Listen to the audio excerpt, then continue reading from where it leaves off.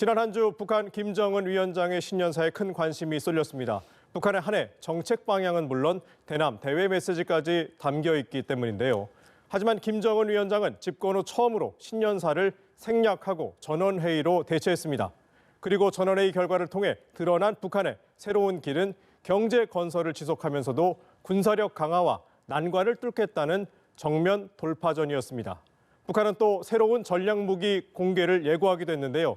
이에 대해 트럼프 대통령은 김정은이 약속을 지키는 사람이라고 생각한다며 정상 간 신뢰를 내세웠습니다. 자세한 내용 최용환 국가안보전략연구원 안보전략연구실장과 이야기 나눠보겠습니다.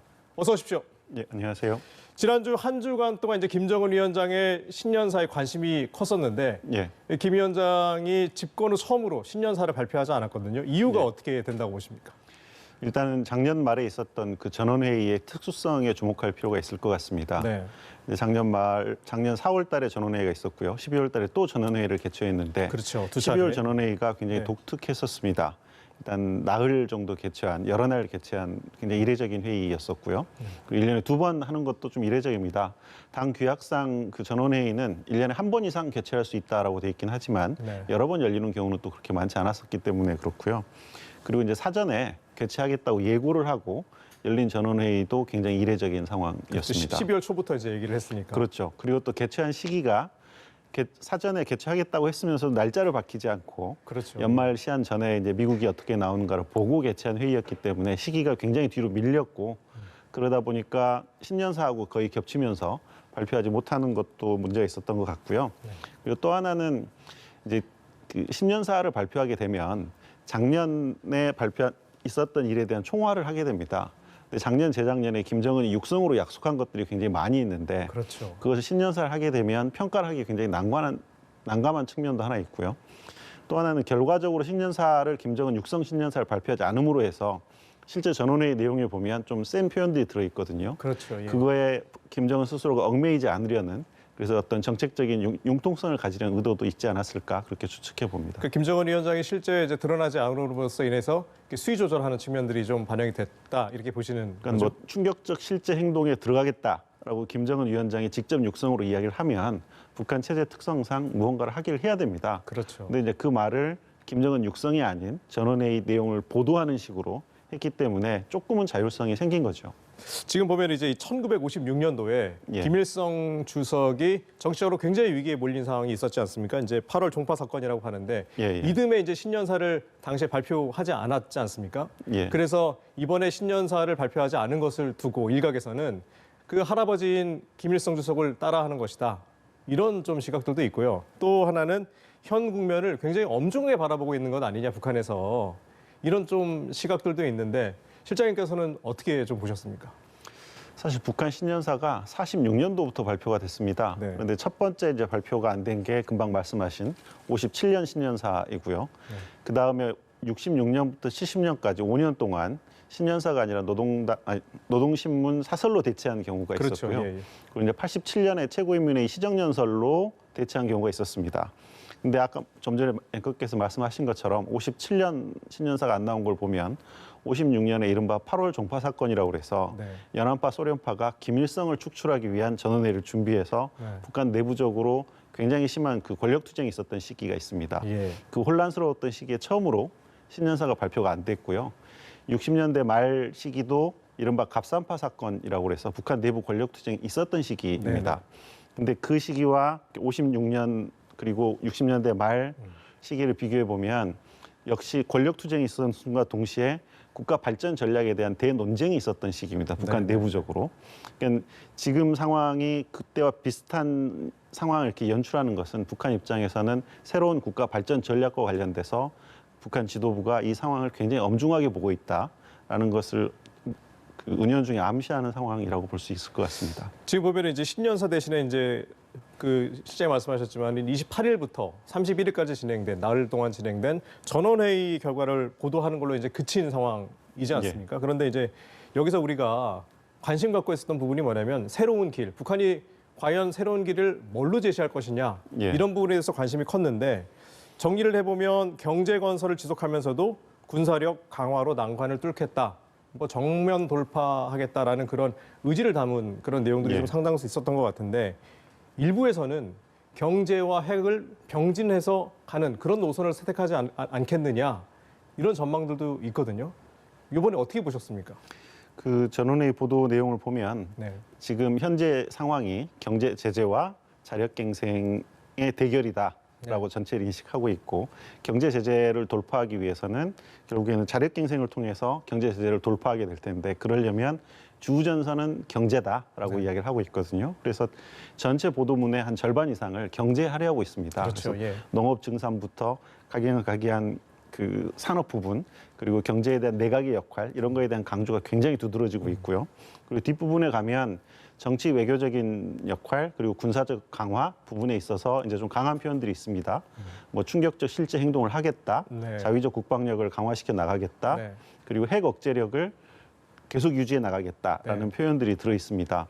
그런 편에서 보면 이제 그 핵 경제 병진 노선은 어느 정도 돌아간 거 아니냐라는 네네네. 느낌을 줄 수 있는데 전략 무기를 이야기하면서도 핵무기에 대한 언급을 구체적으로 하지는 않았습니다. 예, 예. 그렇게 보면 뭐 굳이 표현한다면 국방경제 병진 노선 정도까지는 후퇴한 것처럼 보이긴 합니다.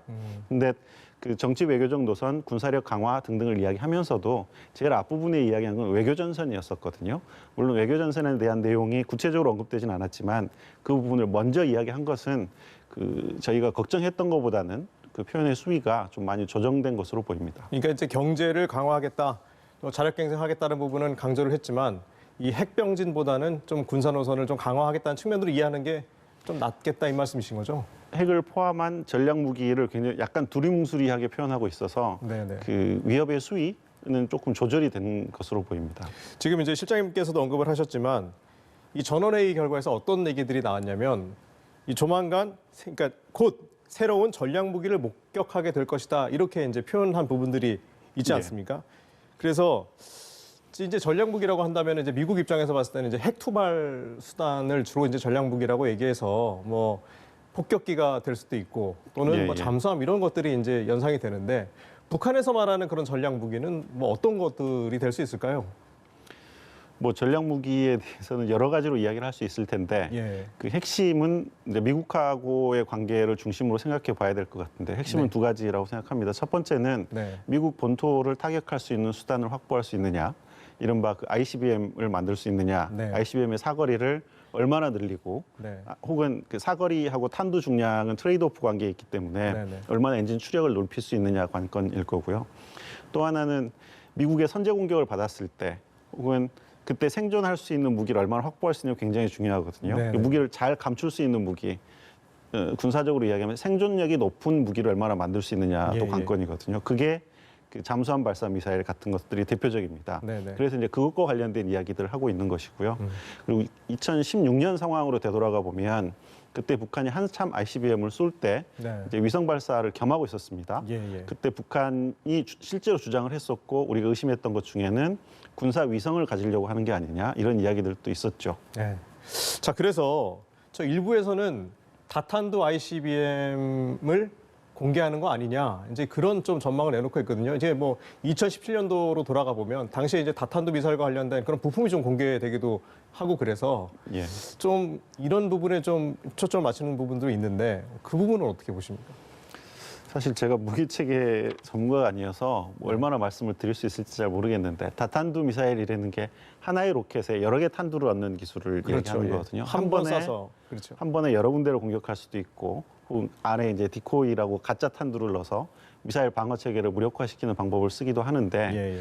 사실 북한은 아직까지 그 ICBM과 관련해서 대기권 재도립 기술을 보여준 적도 없고 네. 그걸 증명해 보인 적이 없죠. 그렇죠. 그래서 ICBM을 다탄두로 만들기 이전에 먼저 넘어야 될 관건은 대기권 재도립 기술과 관련된 부분일 거라고 생각합니다. 네.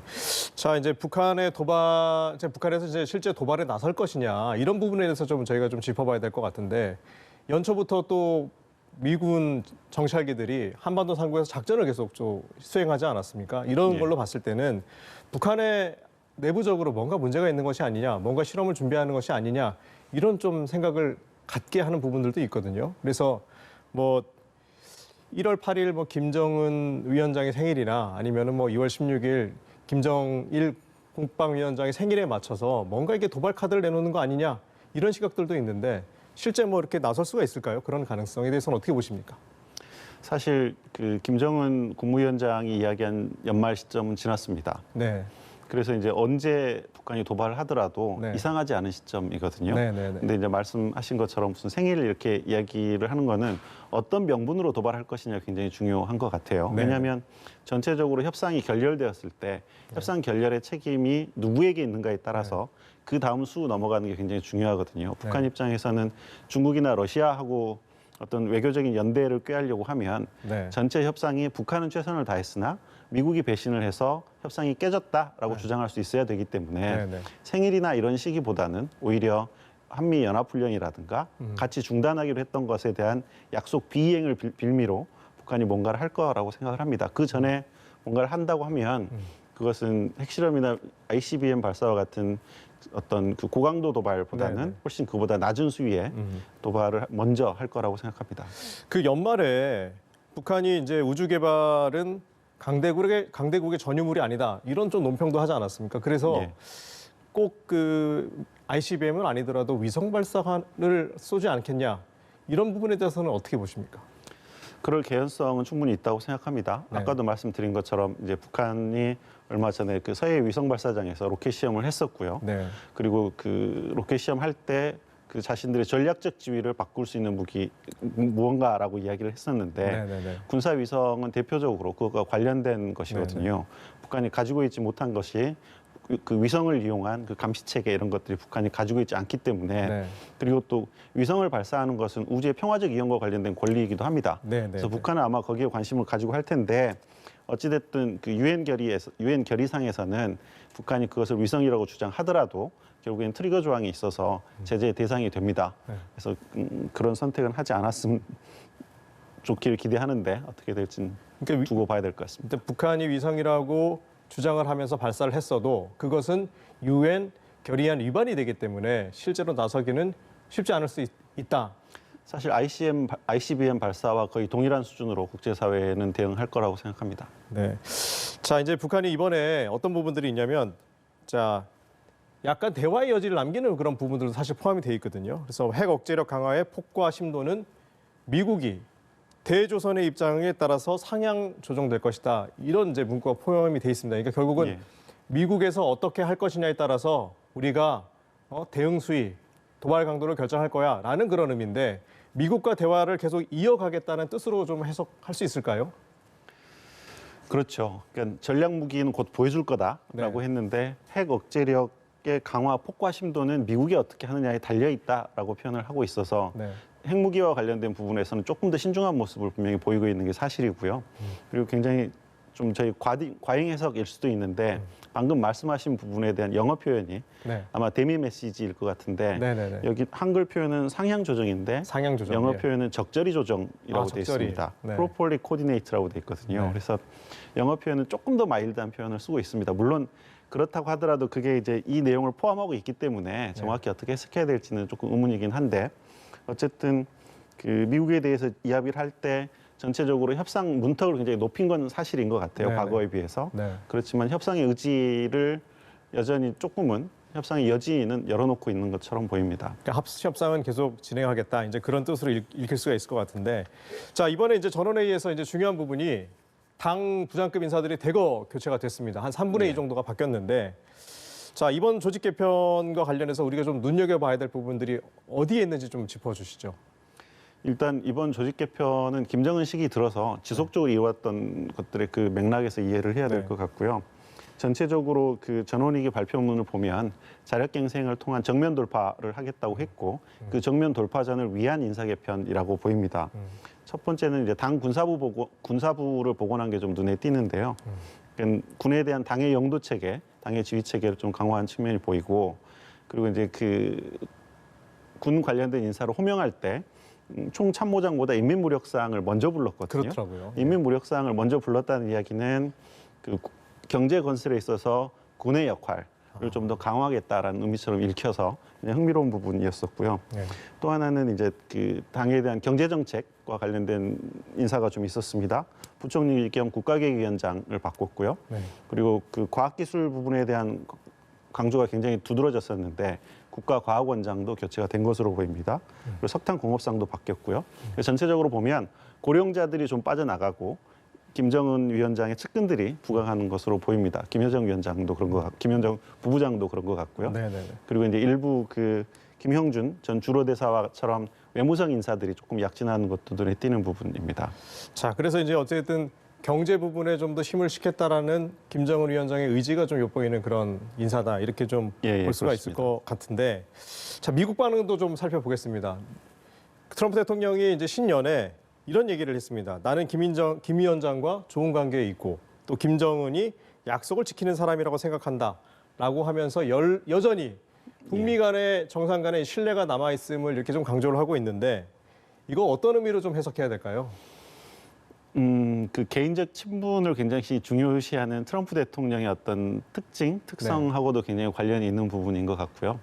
근데 그보다 더 근본적으로는 미국은 여전히 약속을 지키고 있고 지킬 생각이 있고 지켜나갈 것이다라는 걸 강조하는 부분이라고 생각됩니다. 바꿔 이야기하면 미국은 약속을 지키고 있고 협상할 여지가 있다 계속. 그러니까 너도 약속을 지켜라라는 식의 어떤 우회적인 간접적인 요구 위협이라고 생각이 됩니다. 그래서 미국이 협상이 문을 열어놓은 상태에서 북한이 먼저 협상을 결렬시키고 뛰어나가지 못하도록 하는 어떤 그런 의도를 담고 있는 트윗이라고 생각이 됩니다. 그 이제 다음 달 4일에 그 신년 연두교서를 이제 트럼프 대통령이 발표를 할 건데 이때까지 해법이 만들어지지 않으면 협상 국면이 어려워지지 않겠느냐라는 그런 시각들도 있거든요. 이제 뭐 2월 달부터 본격적으로 미 대선이 이제 뭐 시작되는 부분들도 있을 거고 또 뭐 실장님께서도 뭐 말씀을 뭐 예전에 하시기도 하셨지만 실제로 북한 문제라든지 이렇게 외교 정책에서 또 그 미국에 영향을 미치는 부분들이 또 자꾸 그런 부분들 때문에 그런 것 같은데 어떻게 좀 보십니까? 당장 이제 문재인 대통령께서도 아마 이번 주에 발표를 하실 것 같고 신년 메시지가 나올 것 같고요. 그리고 미국 대통령도 신년 메시지들이 나올 것 같은데 신년 메시지에서 미국 대통령의 신년 메시지에서 북한 문제가 아주 광범위하고 심도 있게 다뤄질 가능성은 그렇게 높아 보이지는 않습니다. 아마 북한도 그것은 알고 있을 거고요. 그래서 그것 때문에 한반도 상황이 크게 바뀌거나 하지는 않을 거라고 생각합니다. 다만 이제 좀 전에 말씀드린 것처럼 북한이 만약에 협상으로 돌아오든 혹은 새로운 도발의 길로 가든 어떤 계기가 어떻게 만들어지느냐가 이제 중요한 상황이라고 보입니다. 지금 이제 아까도 이제 언급을 하셨는데 우리 이제 다음 3월 달에 한미 연합 군사 훈련이 예정돼 있지 않습니까? 이제 포이글이라고 해서 독수리 훈련이 예정돼 있는데 지금까지는 이제 우리 한미 훈련이 연기되거나 뭐 미뤄지거나 이제 뭐 중단되거나 이제 이런 형태로 했는데 이 한미 연합 훈련이 뭐 될 가능성 어떻게 보십니까? 아마 북한으로서는 명분을 삼는다고 하면 한미 연합 훈련이 아마 중요한 계기가 될 것 같아요. 그래서 봄에 예정되어 있는 한미 연합 훈련 시기가 아마 올해 다가오는 첫 번째 위기 상황일 가능성이 굉장히 높아 보이는 건 사실입니다. 그래서 아마 그 시기가 되면 위기 관리가 굉장히 중요한 문제가 될 것 같고요.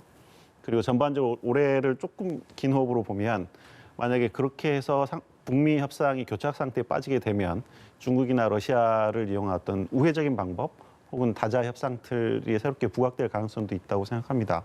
그리고 이제 그 북미 협상이 교착됐을 때 매번 그렇지만 중국 역할론이 주목받을 수도 있고요. 그래서 아마 작년보다는 올해가 외교적으로는 훨씬 더 복잡하고 바쁜 시기가 될 거라는 생각을 하게 됩니다. 지금 보면 이제 3월 달에 한미 연합 군사 훈련 우리 입장에서는 이제 안 할 수가 없을 것 같은데 결국은 여기에 이제 도발의 빌미를 삼을지 말지를 좀 주목해서 좀 봐야 될 필요가 있겠네요. 자, 그 이번에 전원회의에서는 또 이전에 이제 신년사 작년에 발표했던 이제 김정은 위원장의 신년사에서는 남북 관계에 관련된 부분이 한 10차례 정도 언급이 됐었는데 이번 전원회의 결과에서는 남북 관계에 관련된 부분이 하나도 언급되지 않았거든요. 이거는 또 어떻게 해석을 해야 되는 겁니까? 사실 이게 신년사였다고 하면 남북 관계가 언급되지 않는 게 굉장히 이상할 수도 있습니다. 근데 이건 전원회의 결과였었고 그리고 이제 전원회의에서 첫 번째 의제는 조성된 대내외 정세에서 당면한 투쟁 방향에 대하여였습니다. 그러니까 북한식 논리에 따르면 현재 조성된 정세에서 북한이 남북 관계를 주요 변수로 생각하고 있지 않은 거죠. 네. 우리 입장에서는 굉장히 자존심 상하는 일이고 기분 나쁜 일이지만 2019년부터 북한이 가져왔던 전반적인 기조하고 관련이 있다고 생각합니다. 그러니까 북미가 직접 협상하는 국면에서 이른바 중재자 촉진자로서 한국의 역할이 상대적으로 축소된 측면이 있고 또 하나는 2018년도에 남북이 합의했던 것, 19년도에 합의했던 것들이 잘 이행되지 않은 것에 대한 북한의 불만이 네. 여전히 존재하고 있는 것이기 때문에 그것이 향후에 어떻게 풀릴 건가가 남북 관계가 어떻게 진행될 건가의 좀 관건이라고 생각이 들고요. 거꾸로 생각하면 그 남북 관계에서 커다란 비난이나 이런 게 없었기 때문에 남북 관계는 오픈인 상태라고 볼 수도 있을 것 같습니다. 앞으로 우리 정부가 이 북미 관계라든지 남북 관계에서 어떤 역할을 하는지가 굉장히 중요할 것 같습니다. 지금까지 최용한 국가안보전략연구원 안보전략연구실장과 얘기 나눠봤습니다. 감사합니다. 감사합니다.